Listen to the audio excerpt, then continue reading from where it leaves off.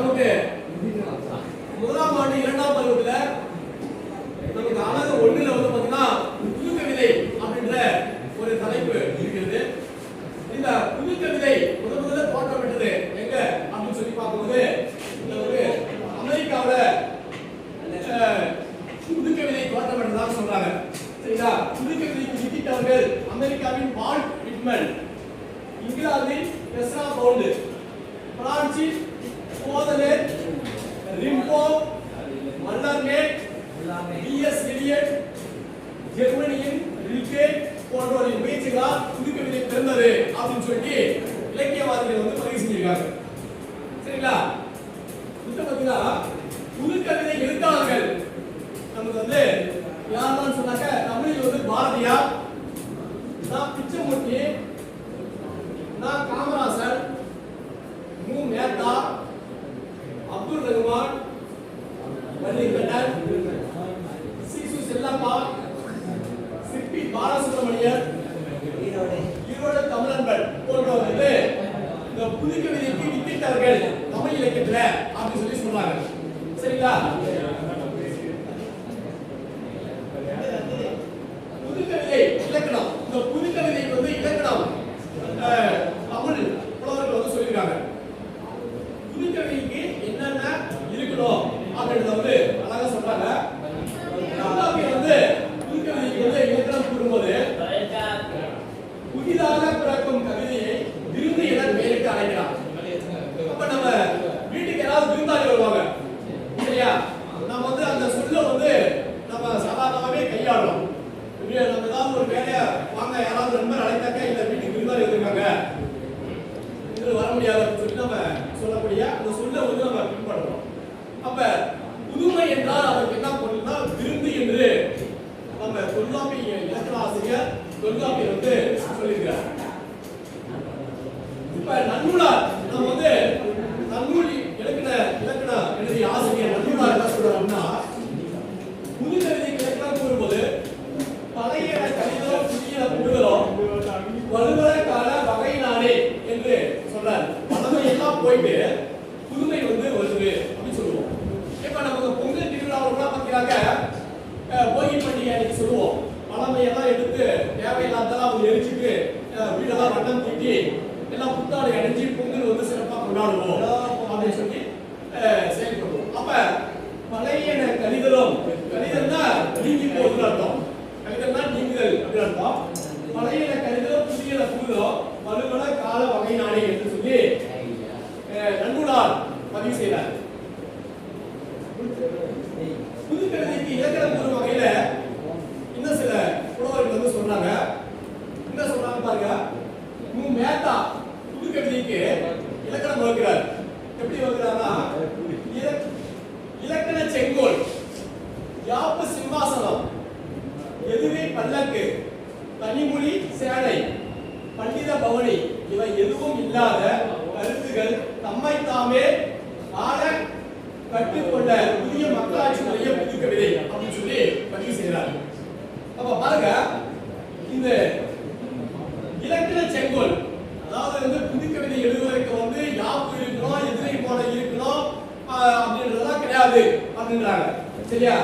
இலக்கண செங்கோல், யாப்பு சிம்மாசனம், எதுகை பல்லக்கு, கனிமொழி சாலை, பண்டித பவனி இவை எதுவும் இல்லாத கருத்துக்கள் தம்மை தாமே ஆள கற்றுக்கொண்ட புதிய மக்களாட்சி முறையே புது கவிதை. இப்படி சொல்றது யாரு? மு மேத்தா. யார் சொல்றாரு? மு மேத்தா அப்படின்ற ஒரு கவிஞர் வந்து சொல்றாரு. சரியா? இது பாருங்க, புது கவிதைக்கு இலக்கணம் கூறும் வகையில் பாரதியார், புது கவிதைக்கு இலக்கணம் கூறும் வகையில் பாரதியார் சொல்றாரு. சுவை புதிது, பொருள் புதிது, வளம் புதிது, சொல் புதிது, சோதி மிக்க நவ கவிதை என்கிறார். சரியா? சுவை புதிது, சொல் புதிது, பொருள் புதிது, வளம் புதிது, சோதி மிக்க நவ கவிதை என்கிறார். பாரதியார் வந்து புது கவிதைக்கு வந்து ஒரு சுவை கொடுக்கிறார். இதுதான் வந்து புது கவிதை இருக்கணும் அப்படின்னு சொல்றாரு. இப்ப புது கவிதை வந்து பாருங்க, வால்ட் விட்மன் புது கவிதை வந்து என்ன நூல் எழுதிட்டாருன்னா புள்ளி நிழல்கள். வால்ட் விட்மன் வந்து அமெரிக்கா சார்ந்ததா சொல்றாங்களா? அப்ப வால்ட் விட்மன் வந்து என்ன நூல் எழுதுறாரு அப்படின்னா புள்ளி நிழல்கள். என்ன நூல் எழுதுறாரு? புள்ளி இதழ்கள் அப்படின்ற நூல் வந்து பால் பிட்மன் வந்து எழுதுறாரு. டிஎஸ் எலியட் எழுதியது பால் நிலம். சரியா? டிஎஸ் எலியட் அப்படின்றவர் வந்து பால் நிலம் அப்படின்ற ஒரு புதுக்கவிதை நூலை படைச்சார். இந்த பால் நிலம் அப்படின்ற புதுக்கவிதை நூல் வந்து பாத்தீங்கன்னாக்க நோபல் பரிசு பெற்றதா சொல்றாங்க. நோபல் பரிசு பெற்றதாக பதிவு செய்யறாங்க. இப்ப தமிழ் புதுக்கவிதை காலத்தை 3 பிரிவாக பிரிக்கிறாங்க. என்னடா 3 காலம் அப்படி சொன்னாக்க மணிக்கொடி காலம், எழுத்து காலம், வானம்பாடி காலம் அப்படி சொல்லி ஒரு 3 பிரிவா பிரிக்கிறாங்க. எழுத்து காலம், அதாவது மணிக்கொடி காலம், எழுத்து காலம், வானம்பாடி காலம் சொல்லி அதனுடைய ஆண்டுகளை வந்து பிரிச்சு இருக்காங்க. சரிங்களா?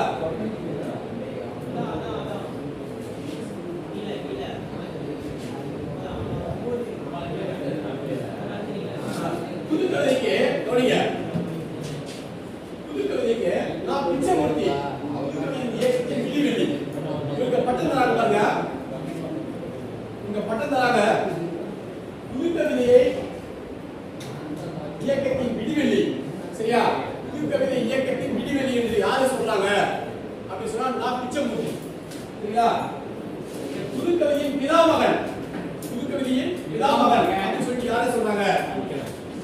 நான் பிச்சைமூர்த்தி. இவர் எழுதிய புதுக்கவிதை நூல்கள் பாருங்க. இவர் எழுதிய புதுக்கவிதை நூல்கள் கிளிக்குஞ்சு,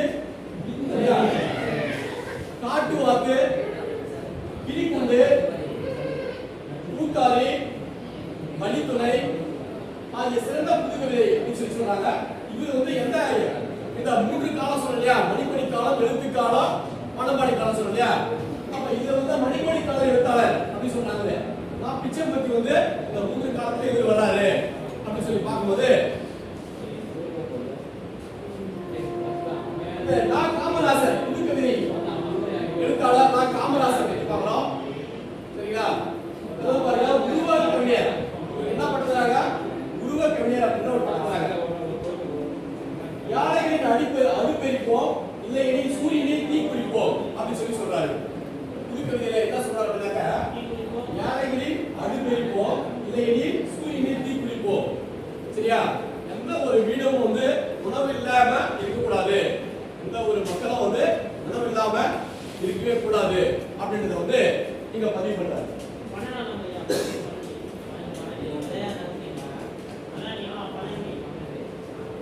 இப்ப பாருங்க, ஈரோட தமிழன்பன் பதிவு பண்றாரு. ஈரோட தமிழன்பன் பதிவு பண்றாரு. அவருடைய இயற்கை வந்து ஜெகதீசன். சரிங்களா? அவருடைய படைப்புகள் என்ன நூல், புதுக்கவிதை நூல் என்னென்ன அப்படின்னு சொல்லி பார்க்கும்போது ஒரு வண்டி சென்றியோ, சிரிப்புகள், ஓடி வருகிறது, சூரிய பிறைகள், சரியா?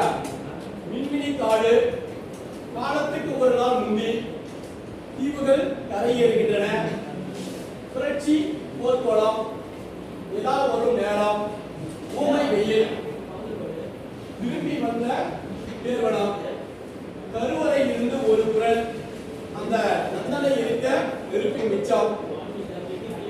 சரியா?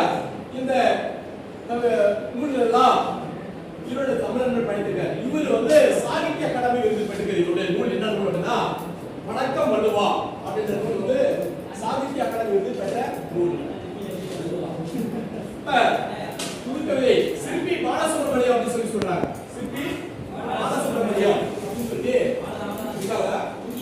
அவர் வந்து பாத்தீங்கன்னா ஒரு கிராமத்து நதி என்ற கவிதை நூலுக்காக சாகித்ய அகாடமி விருது வாங்கிட்டார். எந்த நூலுக்குன்னா ஒரு கிராமத்து நதி சாகித்ய அகாடமி விருது வாங்கிட்டாரு. இவருடைய கவிதை படைப்புகள் பாத்தீங்கன்னாக்க நிலவுப்பு, சிறந்த முத்துக்கள், ஒளிப்பறவை, சர்ப்ப யாகம், மௌன மயக்கங்கள், சூரிய நிழல் ஆகிய இவருடைய கவிதை படைப்புகளாக சொல்லப்படுறாங்க. வைரமுத்து அவரு புதுக்கவிதைகள் அப்படின்னு சொல்லி பார்த்தா திருப்பி எழுதிய தீர்ப்புகள், இன்னொரு தேசிய கீதம், கவிராஜன் கதை, கொடிமரத்தின் வேர்கள், என் மௌனத்தின் சப்தங்கள் ஆகிய இவரின் படைப்புகள் சொல்றாங்க. புதுக்கவிதையின் தோற்றம் வளர்ச்சி என்ற கட்டுரையை எழுதியவர் யார் அப்படின்னு சொன்னாங்க? வள்ளிக்கண்ணன். சரியா? புதுக்கவிதையுடைய தோற்றம் வளர்ச்சியம் என்ற நூல் எழுதியவர் யார் தான்? வள்ளிக்கண்ணன் சொல்றான். புதுக்கவிதை எழுத்தாளர் பல்வேறு வகையில் கவிதை படைக்கிறார் என்பதை வந்து நாம இந்த வகுப்பில் வந்து அறிந்தோம். சரிங்களா? இப்ப இதுல இருந்து கேட்ட வினாக்கள் வந்து யாராவது வந்து அதுக்கு பதில் சொல்றீங்களான்னு பார்ப்போம். சரிங்களா?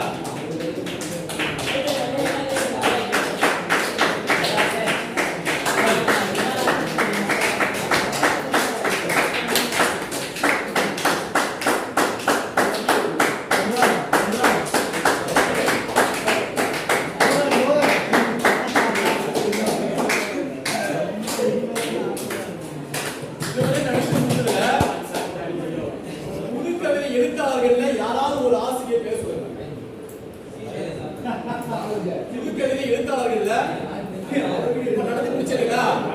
புதுக்கவிதை எழுத்தாளர்கள்ல தம்பி வந்து பார்த்தா பிச்சைமூர்த்தி அழகா சொல்றாங்க. தம்பி வந்து அழகா சொல்றாங்க. சரியா? சரியா?